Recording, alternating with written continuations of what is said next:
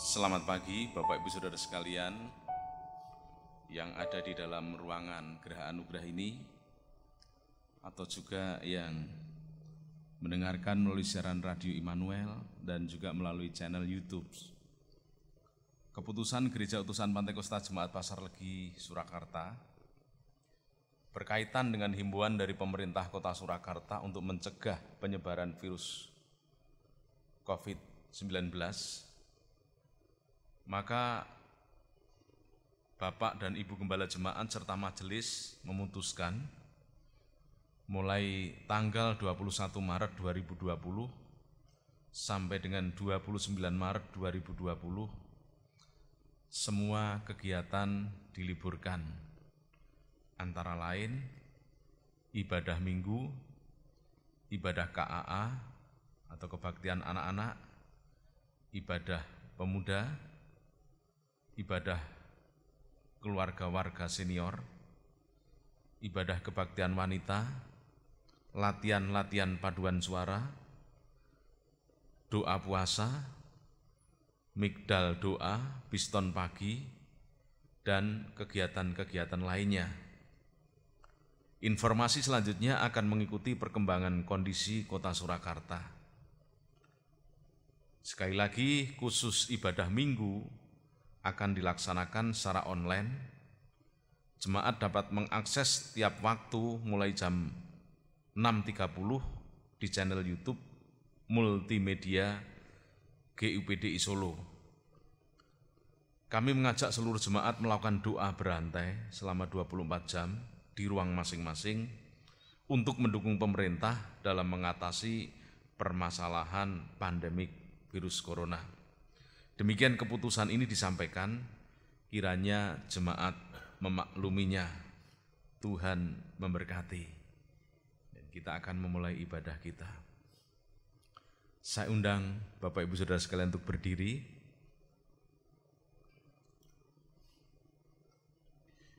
Adapun pertolongan kita datangnya dari Tuhan Allah yang menjadikan langit dan bumi. Turunlah berkat dan damai sejahtera atas kita semua. Amin. Bapa dalam surga, pagi hari ini kami datang kepadamu mengucap syukur untuk semua hal yang terjadi yang Tuhan izinkan dan kami alami, dan kami tetap mendapatkan perlindungan serta berkat-Mu, dan hari ini kami bisa beribadah kepadamu. Ampuni segala dosa kami, layakkan kami untuk memuji menyembah-Mu, dan kami siap untuk menerima berkat-berkat-Mu. Kami saat ini berdoa untuk hamba-hamba-Mu yang melayani. Tuhan, kuduskan, khususkan, lindungi dari segala hal yang tidak baik, sehingga apa yang kami lakukan berkenan kepadamu dan menjadi berkat bagi jemaat-Mu, baik yang ada di tempat ini, yang mendengarkan siaran radio Immanuel, atau yang menyaksikan di channel YouTube. Ya Tuhan, hadirlah di tengah-tengah kami, pimpin dan berkati ibadah kami, namun Engkau juga hadir di dalam setiap jemaat-Mu, baik yang ada di gereja ini, di gereja-gereja di seluruh dunia, maupun di dalam diri jemaat yang saat ini sedang mengikuti ibadah secara online. Kami ingin Engkau hadir, memimpin, memberkati kami dari awal sampai berakhirnya nanti. Dan demi nama Yesus Kristus, Tuhan dan Juru Selamat kami yang hidup, kami berdoa. Amin.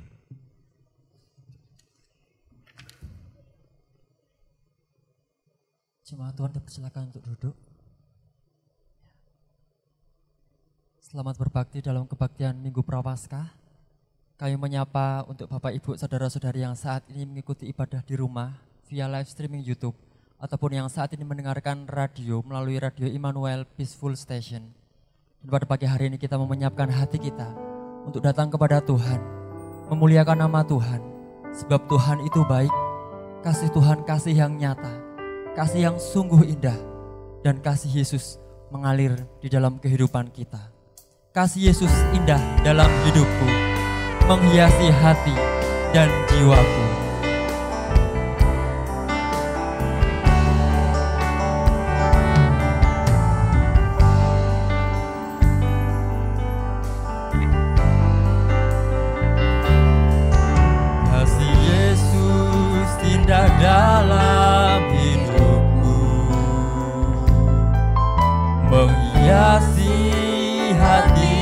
dan jiwaku. Ku tak dapat hidup tanpa kasih-Mu, Tuhan. Pegang tanganku sepanjang jalanku. Kasih Yesus indah dalam hidupku, menghiasi hati dan jiwaku. Ku tak dapat hidup tanpa kasih-Mu, Tuhan. Pegang tanganku sepanjang jalanku. Oh kasih Yesus, kasih Yesus mengalir dalamku seperti sungai yang tak pernah kering. Kasih Yesus membebat hatiku, dalam kasih-Mu ku merasa teduh. Oh kasih Yesus indah dalam hidupku, kasih Yesus indah dalam hidupku, menghiasi hati dan jiwaku. Ku tak dapat hidup tanpa kasih-Mu, Tuhan. Hidup tanpa kasih-Mu, Tuhan. Pegang tanganku sepanjang jalanku. Kasih Yesus mengalir dalamku seperti sungai yang tak pernah kering. Kasih Yesus membebat hatiku, dalam kasih-Mu ku merasa teduh. Kasih Yesus mengalir dalamku seperti sungai yang tak pernah kering. Kasih Yesus membebat hatiku, dalam kasih-Mu ku merasa teduh. Dalam kasih-Mu, dalam kasih-Mu ku merasa teduh. Oh, dalam kasih-Mu ku merasa teduh.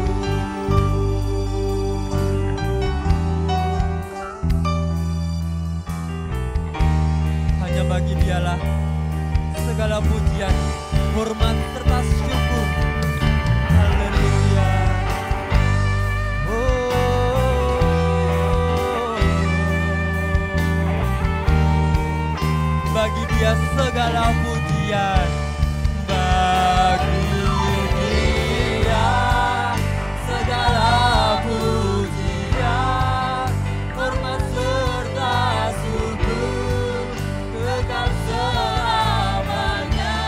Bagi Dia segala pujian, hormat serta syukur selamanya. Oh bagi Dia, bagi Dia segala pujian, hormat serta syukur kekal selamanya. Bagi Dia segala pujian, hormat serta syukur selama-lamanya.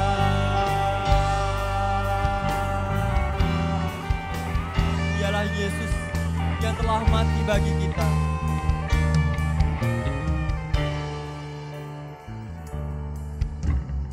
Dia Yesus telah mati bagiku. Dia Tuhan selamatkan jiwa.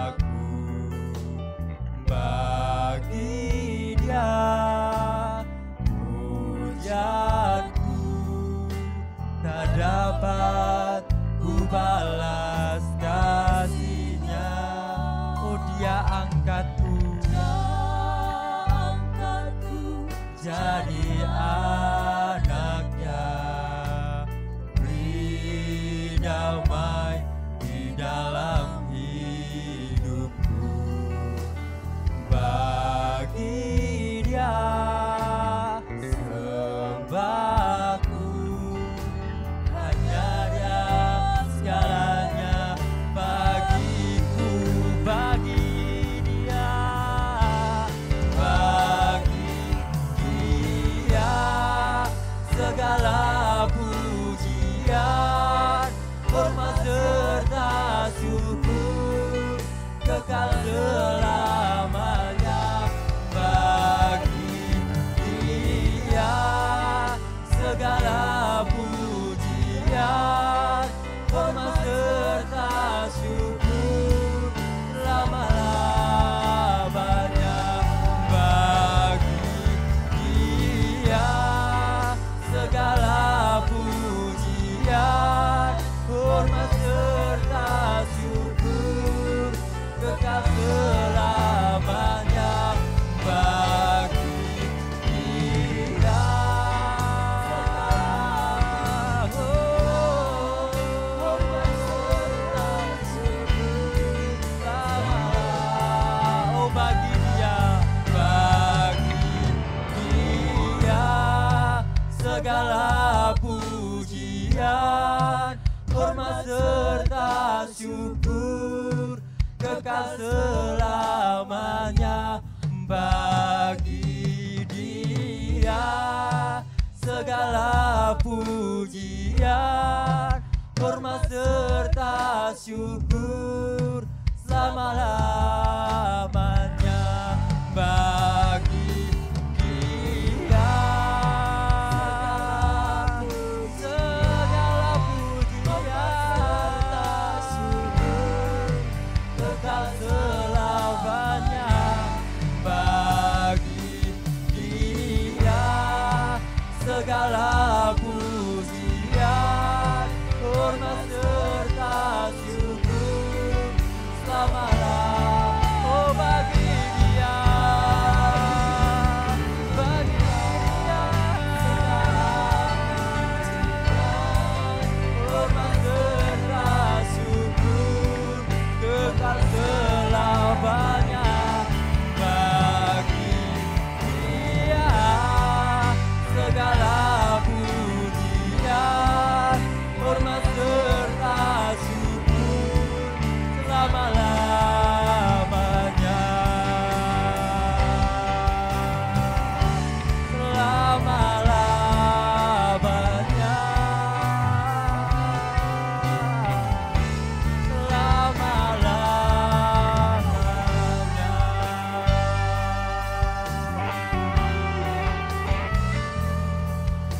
Hanya bagi dialah segala pujian, hormat, serta syukur.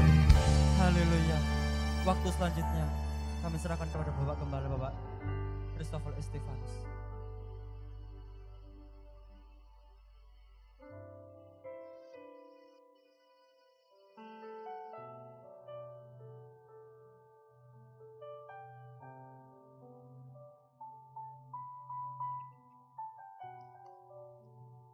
Selamat pagi Bapak Ibu sekalian, baik anggota jemaat dimanapun engkau berada, khususnya para pendengar Radio Immanuel Peaceful Station.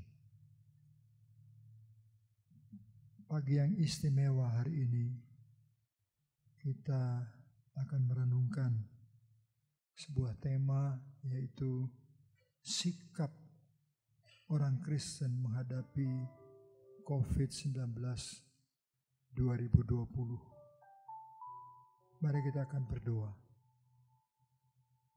Ya Allah Abraham, Allah Ishak, Allah Yakub yang kami kenal dalam diri Yesus Kristus, kepadamu kami mohon pencerahan ya Tuhan, mengenai pandemi COVID-19. Apa yang menjadi maksud Tuhan? Bagaimana sikap kami menghadapi yaitu tantangan yang besar ini? Pakailah hamba-Mu menjadi saluran berkat pada pagi hari ini, sehingga dapat menjadi juga pencerahan bagi setiap orang yang mendengar, anak-anak-Mu dimanapun mereka berada, orang-orang yang beriman kepada Kristus. Di dalam nama Yesus Kristus kami pohonkan doa ini. Haleluya. Amin. Kita akan mendengar firman Tuhan 2 Tawarikh 7 ayat 14. 2 Tawarikh 7 ayat 14. Dan umatku yang atasnya namaku disebut, merendahkan diri, berdoa dan mencari wajahku, lalu berbalik dari jalan-jalannya yang jahat, maka aku akan mendengar dari surga dan mengampuni dosa mereka serta memulihkan negeri mereka. Memasuki abad 2020 terjadi berbagai hal yang telah mempengaruhi kehidupan ekonomi dunia. Walaupun pandemi SARS bukan satu-satunya yang pernah terjadi di muka bumi ini. Misalnya tahun 2002, yaitu kita kenal dengan SARS, Severe Acute Respiratory Syndrome. Pertama kali teridentifikasi pada bulan November 2002 di Provinsi Guangdong, Cina Selatan. Dalam hitungan beberapa bulan, virus SARS sudah menyebar ke 27 atau 37 negara di berbagai tempat. Antara lain di Amerika Utara, Amerika Selatan, dan seterusnya. Dan oleh WHO ditetapkan sebagai endemi yang telah memakan korban yang cukup banyak. Kita masih ingat pada tahun 1997, yaitu flu burung pertama kali ditemukan di Hong Kong dengan jumlah kasus 18 orang, 6 diantaranya meninggal dunia. Dilaporkan menyebar ke Tiongkok, Vietnam, Thailand, Kamboja, bahkan Indonesia. Sehingga yaitu tahun atau tanggal 10 Mei 2019. Akhirnya WHO telah mencatat sebanyak 861 kasus dengan 456 kematian pada manusia. Belum sembuh dari masalah-masalah penyakit flu burung, maka memasuki tahun 2012 terjadi lagi endemi, yaitu MERS yang dikenal sebagai Middle East Respiratory Syndrome atau yang sindrom pernafasan Timur Tengah, yang penyebarannya pertama kali dilaporkan di Arab Saudi 2012. Dan MERS juga merupakan penyakit pernafasan sejak pasien pertama dinyatakan positif. MERS menyebar ke 27 negara di Eropa, Afrika, Asia, dan Amerika Utara. Dan tercatat ada 2.404 kasus MERS yang dilaporkan di seluruh dunia. Dan 858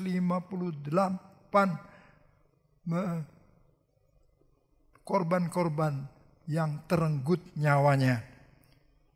Dan 8 tahun kemudian terjadi lagi, yaitu yang seperti kita alami sekarang, yaitu tahun 2020, COVID-19 yang tiba-tiba, yaitu ada memasuki bulan Januari, awal dari Imlek, terdengar berita begitu banyaknya orang terkapar dan mati karena virus yang sangat cepat menular, yaitu corona, yang kemudian sering disebut dengan COVID-19.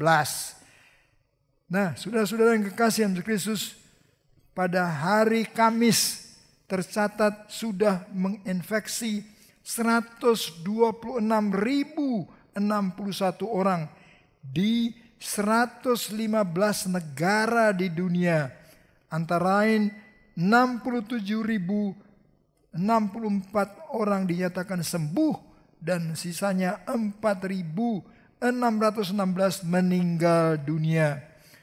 Setelah adanya virus COVID-19 di Brasilia, maka WHO menetapkan yaitu COVID-19 sebagai pandemi terbesar sepanjang abad, dan dunia mengumumkan adalah pandemi dunia yang pertama yang korban manusia terbesar dan pengaruhnya terhadap ekonomi begitu hebat, luar biasa, dan semua itu sudah terjadi.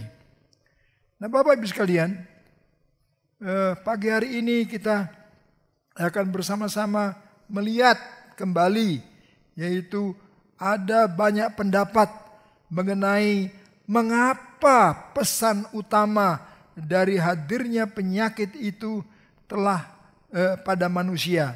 Apa pesan utamanya terhadap kehidupan manusia, baik pandangan secara umum maupun juga secara Kristen. Bapak Ibu sekalian, virus ini mengingatkan dunia mengenai polusi udara, polusi air, itu semakin menipisnya O2 di udara. Ini sangat mengancam kehidupan manusia di dunia. Sehingga yaitu diadakan yaitu kembali untuk adanya yaitu negara-negara mulai diminta untuk mulai memperhatikan adanya kebersihan di apa yang mereka makan, apa yang mereka minum, apa yang mereka jalani dalam kehidupan. Nah, mari sekarang kita akan melihat sebagai orang Kristen nubuat Alkitab mengenai wabah penyakit. Kalau kita perhatikan semua ramalan-ramalan iman secara iman Kristen selalu mengerucut, yaitu pada nubuat tentang akhir zaman. Dan nubuat itu ramalannya tidak pernah meleset. Dikatakan dalam Matius pasal 24 ayat 6 sampai 8. Engkau akan mendengar bunyi-bunyi peperangan dan kabar-kabar tentang peperangan. Tetapi janganlah engkau gelisah, karena semua hal ini harus terjadi. Tetapi sesungguhnya sebelum tiba, karena bangsa akan bangkit melawan bangsa, dan kerajaan melawan kerajaan. Dan akan kekelaparan, wabah, dan gempa bumi di berbagai tempat. Semua itu adalah awal dari penderitaan. Nah, Bapak Ibu sekalian, perhatikan baik-baik bahwa di dalamnya adalah tentang banyak hal. Nah, coba kita lihat ditambahkan sekaligus, yaitu ayat 11 Matius 24. Dan banyak nabi palsu akan muncul dan menyesatkan banyak orang. Sampai 13. Dan karena makin bertambahnya kedurhakaan, maka kasih kebanyakan orang akan menjadi dingin. tetapi orang yang bertahan sampai pada kesudahannya akan selamat. Bapak Ibu sekalian, kalau kita perhatikan dengan cermat, maka bencana yang telah terjadi benar-benar yang telah mengancam kehidupan manusia di seluruh dunia dalam beberapa tahun terakhir ini sudah semakin parah dan yang mengerikan bagi manusia. Misalnya gempa bumi, banjir, kekeringan, kebakaran hutan, kelaparan, bangsa bangkit melawan bangsa, nabi-nabi palsu, guru-guru yang hanya mengajarkan yang menyenangkan telinga saja, dan kasih antar manusia menjadi semakin dingin. Tiba-tiba awal Januari kita mendengar yaitu virus corona COVID-19 yang dalam waktu relatif singkat sudah mendunia, dan bahkan sekarang kalau tanggal 18 Maret itu masih 161.000 orang di 116 negara.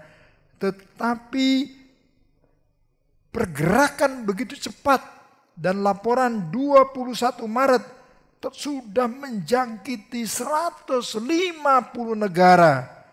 Dan berbagai macam sikap telah diambil oleh negara-negara.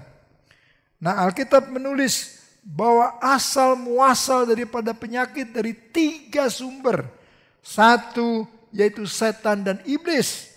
Dalam Matius 12 ayat 15 ayat 22. Maka datanglah seorang perempuan Kanaan dari daerah itu dan berseru, "Kasihanilah aku ya Tuhan, anak Daud, karena anakku perempuan kerasukan setan dan sangat menderita." Matius 15 ayat 28.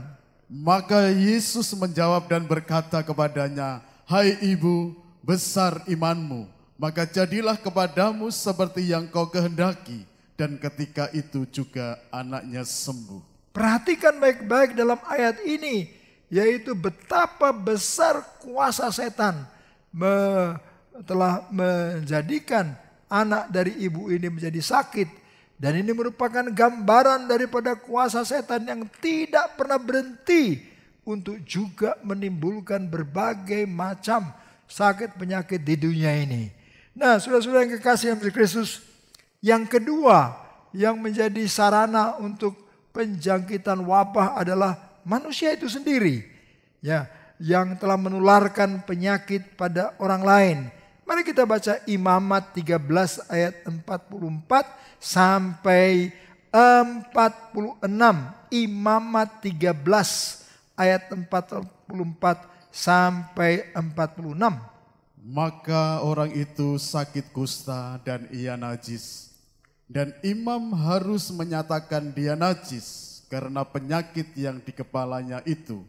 Orang yang sakit kusta harus berpakaian yang capik-capik, rambutnya terurai, dan lagi ia harus menutupi mukanya sambil berseru-seru, "Najis, najis." Selama ia kena penyakit itu, ia tetap najis. Memang ia najis. Ia harus tinggal terasing. Di luar perkemahan itulah tempat kediamannya. Bapak Ibu sekalian, sakit kusta dalam perjanjian lama itu juga tidak pernah dapat disembuhkan.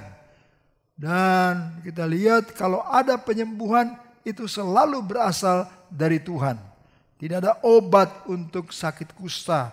Nah, Bapak Ibu sekalian, dan semua orang yang kena sakit kusta, mereka harus berteriak, "Najis, najis," yaitu supaya orang lain menyingkir.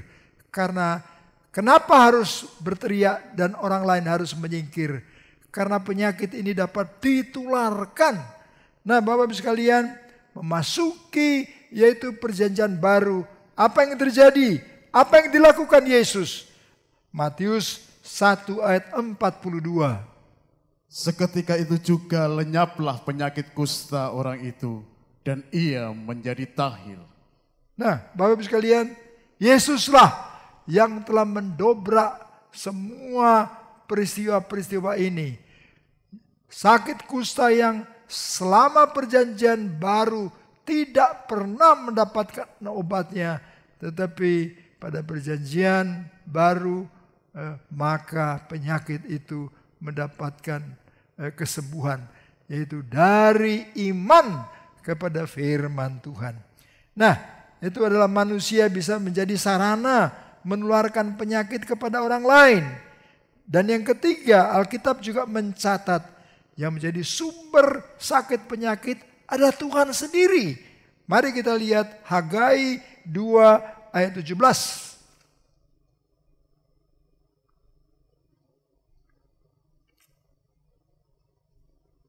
Aku telah memukul kamu dengan hama dan penyakit gandum dan segala yang dibuat tanganmu dengan hujan batu. Namun kamu tidak berbalik kepadaku. Demikianlah firman Tuhan. Karena umat Tuhan meninggalkan Tuhan, meninggalkan hukum-hukum Tuhan, melawan Tuhan. Dan Tuhan bereaksi. Dan reaksi Tuhan memberikan penyakit yang bukan hanya kepada manusia, tetapi juga kepada binatang-binatang. Seperti awal dari flu burung, di mana kita lihat di Indonesia ada 2 juta ayam mati di Palembang. Saudara-saudara yang kekasih dalam Kristus, nah itulah yaitu sumber-sumber daripada wabah penyakit. Nah, bagaimana sikap orang beriman terhadap COVID-19? Bapak sekalian, pertama, sikap terhadap apa yang telah merupakan kebijakan pemerintah. Sebagai orang beriman yang masih tinggal di bumi dan hidup bersama dengan orang lain, maka orang Kristen wajib mengikuti arahan-arahan dari pemerintah.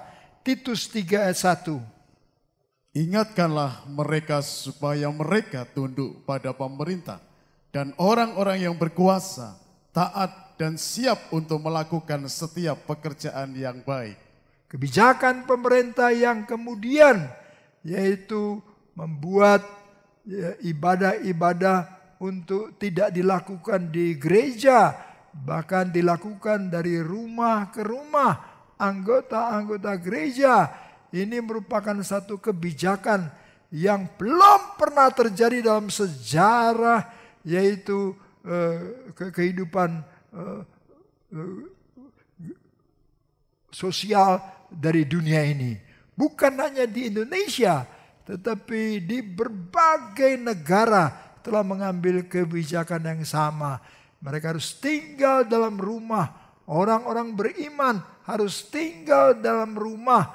Bahkan juga gereja-gereja di Indonesia, dimulai dari Jakarta, bahkan juga sampai Solo. Begitu banyak gereja-gereja yang tidak lagi membuka tempat untuk beribadah bersama-sama, untuk berkumpul dalam rangka untuk melokalisir yaitu terjangkitnya virus corona. Nah, Bapak Ibu sekalian, sebagai gereja kita harus menaati apa yang menjadi kebijakan pemerintah. Kedua, COVID-19 menurut iman Kristen adalah teguran keras dan serius dari Allah agar umat Tuhan itu kembali kepada Tuhan, bertobat kembali. Maleakhi 2 ayat 2. Jika kamu tidak mendengarkan dan jika kamu tidak memberi perhatian untuk menghormati namaku, firman Tuhan semesta alam, maka aku akan mengirimkan kutuk ke antarmu dan akan membuat berkat-berkatmu menjadi kutuk. Dan aku telah membuatnya menjadi kutuk sebab kamu ini tidak memperhatikan. Bapak Ibu sekalian, kehadiran dalam gereja itu tidak 100% menampakkan adanya kesediaan umat Tuhan untuk datang dan bertobat daripada dosa-dosanya. Semua wabah ada dalam pengetahuan Allah. Semua peristiwa yang terjadi di muka bumi ini ada dalam perhatian Allah. Tuhan tahu apa saja yang terjadi di muka bumi ini. Ketika Allah mengizinkan itu terjadi, ketika Allah mengizinkan virus corona menjalar ke 150 negara, Allah punya maksud tertentu yang harus ditangkap oleh umat beriman seluruh dunia. Termasuk juga kita yang ada di kota Solo ini. Bapak-Ibu sekalian, sebagai orang beriman harus disikapi sebagai bentuk peringatan Tuhan untuk berpaling kembali kepada hukum-hukum Tuhan, kepada firman Tuhan.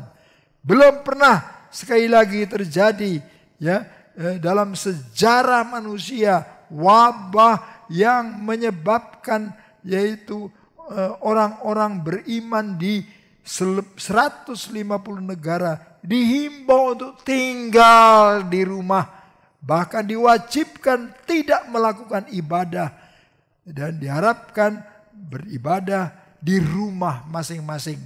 Bapak sekalian, nah justru di rumah masing-masing demi kebaikan bersama dan berlaku bagi semua umat. Bapak sekalian, sebagai orang beriman kepada Kristus, kita harus menjadikan momentum ini sebagai peringatan dari Allah dan saat yang serius untuk melakukan yaitu introspeksi diri secara mendalam dan melakukan ibadah di rumah masing-masing untuk memperbaiki dan memperhatikan kehidupan iman seluruh anggota keluarga. Masuki abad 21, kuasa iblis ini dengan luar biasa di berbagai tempat sudah berhasil menghancurkan yaitu keluarga-keluarga orang beriman. Bapak sekalian, yang telah membuat banyak keluarga tidak utuh lagi untuk datang kepada Tuhan, untuk berbakti kepada Tuhan, untuk bertobat bersama-sama satu keluarga. Nah Bapak sekalian, bagaimana sikap gereja ketika ada pengumuman untuk ditutup atau anjuran beribadah di rumah masing-masing? Bapak sekalian, mari kita akan bersama-sama merenungkan. Ada beberapa hal yang kita wajib untuk renungkan bersama. Yang pertama adalah sikap Tuhan Yesus memberi contoh hadir bukan saja di bait Allah, tapi Yesus juga hadir di rumah, mengunjungi rumah keluarga anak-anak Tuhan. Karena di dalam rumah ada banyak terjadi kematian rohani, Bapak-Ibu sekalian, yang jauh lebih parah dibandingkan dengan kematian secara fisik. Sebagai contoh dalam Markus 5 ayat 41, di sana Yesus menyembuhkan orang yang bahkan sudah mati di rumahnya. Lalu dipegangnya tangan anak itu, katanya, "Talita kum," yang berarti, "Hai anak, aku berkata kepadamu, bangunlah." Seketika itu juga anak itu bangkit berdiri dan berjalan, sebab umurnya sudah 12 tahun. Semua orang yang hadir sangat takjub. Dengan sangat ia berpesan kepada mereka supaya jangan seorang pun mengetahui hal itu. Lalu ia menyuruh mereka memberi anak itu makan. Bapak-Ibu sekalian, perhatikan baik-baik. Di sini secara fisik anak itu mati. Tetapi memasuki akhir zaman, berapa banyak anggota keluarga kita yang mati kerohaniannya, sehingga dibutuhkan lagi ibadah-ibadah rumah tangga dihidupkan kembali. Bapak-Ibu sekalian, nah dengan pesan ini sangat jelas yang Tuhan berikan kepada kita semua. Mari kita akan memperbaiki yaitu rumah tangga kita masing-masing, supaya seluruh anggota keluarga mereka dapat beribadah bersama-sama di dalam rumah masing-masing, bukan menggunakan yaitu kesempatan yang diberikan oleh pemerintah, tapi juga yang menjadi kesempatan bagi anak-anak Tuhan memperbaiki rumah tangga mereka. Mengambil kesempatan justru untuk jalan-jalan, ya, pergi ke tempat-tempat wisata dan seterusnya. Ini sangat bertentangan. Allah menegur kita, mari kita kembali ke rumah kita masing-masing. Kita melakukan ibadah-ibadah keluarga. Hidupkan kembali ibadah-ibadah keluarga kita masing-masing. Kedua, Tuhan sedang memperingatkan anggota jemaat yang tidak tertib hidupnya. Kurang perhatian terhadap keluarga, sibuk dengan hal-hal yang tidak berguna, bahkan merasa sudah cukup dengan kegiatan ibadah di gereja masing-masing yang seminggu sekali dilakukan. Bahkan sudah bagus kalau dia dalam ibadah hari Minggu itu sudah melayani Tuhan sebagai anggota paduan suara, Aser, dan lain-lain. Dan merasa bahwa itu sudah cukup, yaitu memenuhi apa yang Tuhan inginkan. Dan mereka lupa tentang fungsi daripada keluarga masing-masing untuk berbakti datang kepada Tuhan. Mari kita lihat 2 Tesalonika 3 ayat 11 sampai 13. 2 Tesalonika 3 ayat 11 sampai dengan ayat yang ke-13. Kami katakan ini karena kami dengar bahwa ada orang yang tidak tertib hidupnya dan tidak bekerja, melainkan sibuk dengan hal-hal yang tidak berguna. Orang-orang yang demikian kami peringati dan nasihati dalam Tuhan Yesus Kristus, supaya mereka tetap tenang melakukan pekerjaannya, dan dengan demikian makan makanannya sendiri. Dan kamu, saudara-saudara, janganlah jemu-jemu berbuat apa yang baik. Nah, Bapak Ibu sekalian, kita diharapkan sebagai yaitu kepala-kepala rumah tangga, sebagai orang tua, harus mengerjakan pekerjaan yang berfungsi dengan baik, bukan untuk melakukan hal-hal yang bersifat sia-sia. Bapak Ibu sekalian, ini peringatan bagi kita semua untuk kembali memperhatikan kehidupan keluarga. Bapak Ibu sekalian, ketiga, mengingatkan pemimpin-pemimpin gereja, orang Lewi modern, agar melakukan pembaharuan inti dari ibadah dalam rumah Tuhan. Memasuki abad 21, nampaknya telah memuncak kebencian Allah terhadap ibadah-ibadah orang beriman di berbagai negara, baik negara barat maupun negara timur, ya. Bapak sekalian, di mana di kota-kota besar Allah membenci akan ibadah-ibadah mereka. Mengapa? Nampaknya kita lihat karena peribadahan telah beralih fungsi, yaitu fungsi terutama dari rumah ibadah adalah merupakan tempat berkumpulnya orang-orang berdosa yang bertobat. Bapak-Ibu sekalian, dan yang kemudian mereka dapat memuji Tuhan dengan hati yang penuh dengan pertobatan. Fungsi terutama tempat orang berdosa bertobat justru menjadi tempat kejijikan bagi Tuhan. Kita baca Amos 5 ayat 21. Aku membenci, aku menghinakan perayaanmu, dan aku tidak senang kepada perkumpulan rayamu. Coba perhatikan, Allah pernah menyatakan itu, yaitu di dalam firman Tuhan melalui Nabi Amos, bahwa Allah dalam sejarah manusia pernah membenci ibadah-ibadah yang dilakukan oleh umat Tuhan saat itu. Dan rupanya memasuki 2020, itu juga bisa terjadi karena gereja telah mengurangi bahkan melupakan fungsi-fungsinya sebagai gereja, fungsi sosial, fungsi diakonia, fungsi untuk pelayanan misi, dan lebih sibuk dengan memperbarui liturgi, berlomba membangun gereja dan fasilitas-fasilitasnya yang semakin modern untuk bersaing dengan gereja-gereja yang lain. supaya gereja menjadi lebih indah. Para hamba Tuhannya berlomba menampilkan kemewahan duniawi dan seterusnya, menunjukkan bahwa mereka diberkati Allah. Padahal bukan itu yang dimaksudkan. Sebagai hamba-hamba Tuhan, mereka harus terus-menerus memperhatikan fungsi daripada gereja Tuhan. Nah, Bapak sekalian, kita baca dalam Lukas 10 ayat 32 sampai dengan ayat yang ke-34. Demikian juga seorang Lewi datang ke tempat itu. Ketika ia melihat orang itu, ia melewatinya dan dari seberang jalan. Lalu datang seorang Samaria yang sedang dalam perjalanan ke tempat itu.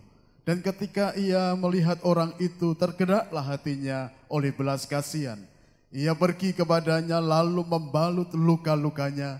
Sesudah ia menyiraminya dengan minyak dan anggur, kemudian ia menaikkan orang itu ke atas keledai tunggangannya sendiri, lalu membawanya ke tempat penginapan dan merawatnya. Bapak-Ibu sekalian, perhatikan yaitu catatan-catatan Lukas tentang kehidupan orang Lewi.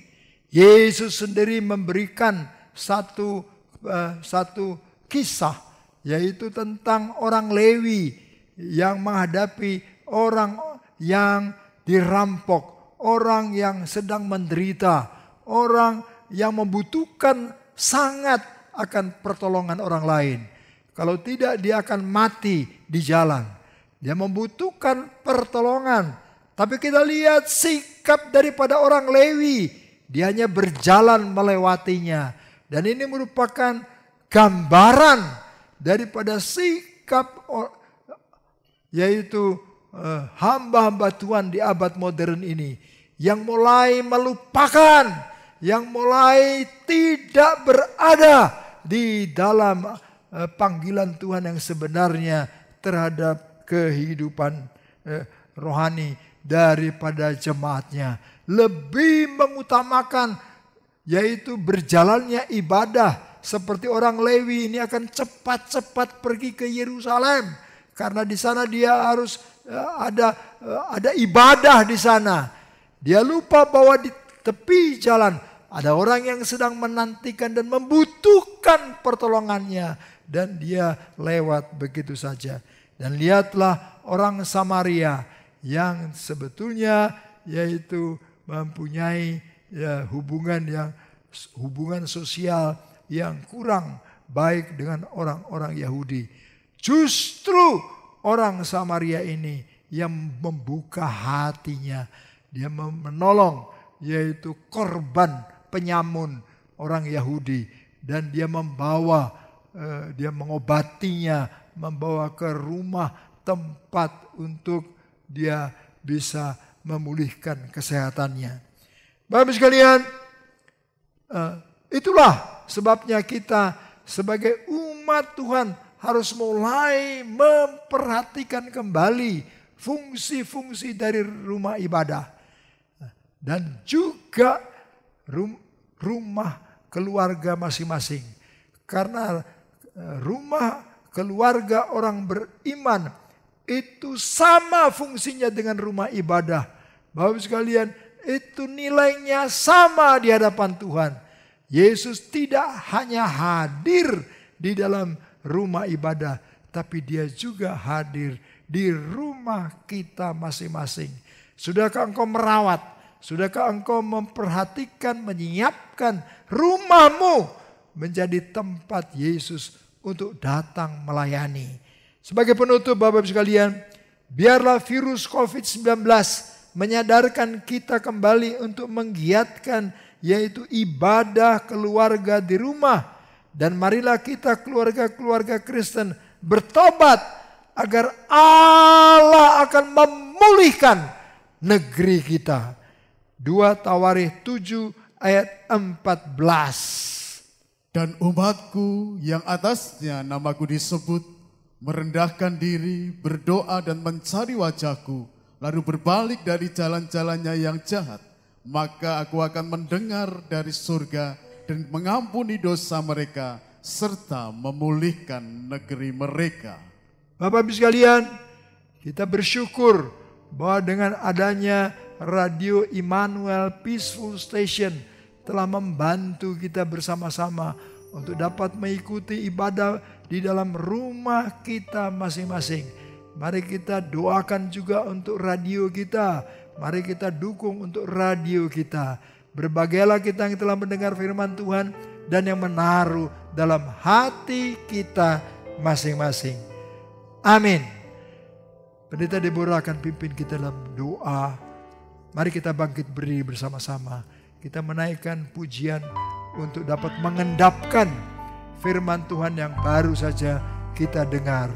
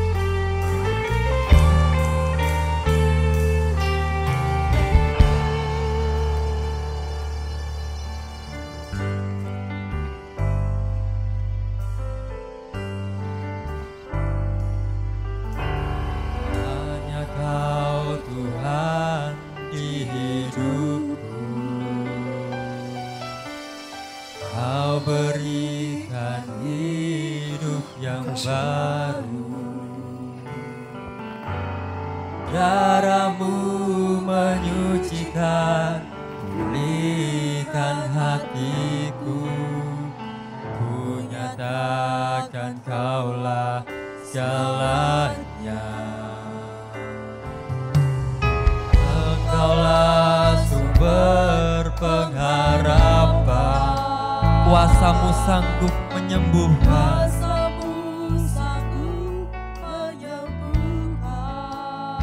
Jiwaku pun berserah. Hanya kepadamu, Yesus, Kaulah segalanya. Karena salibmu,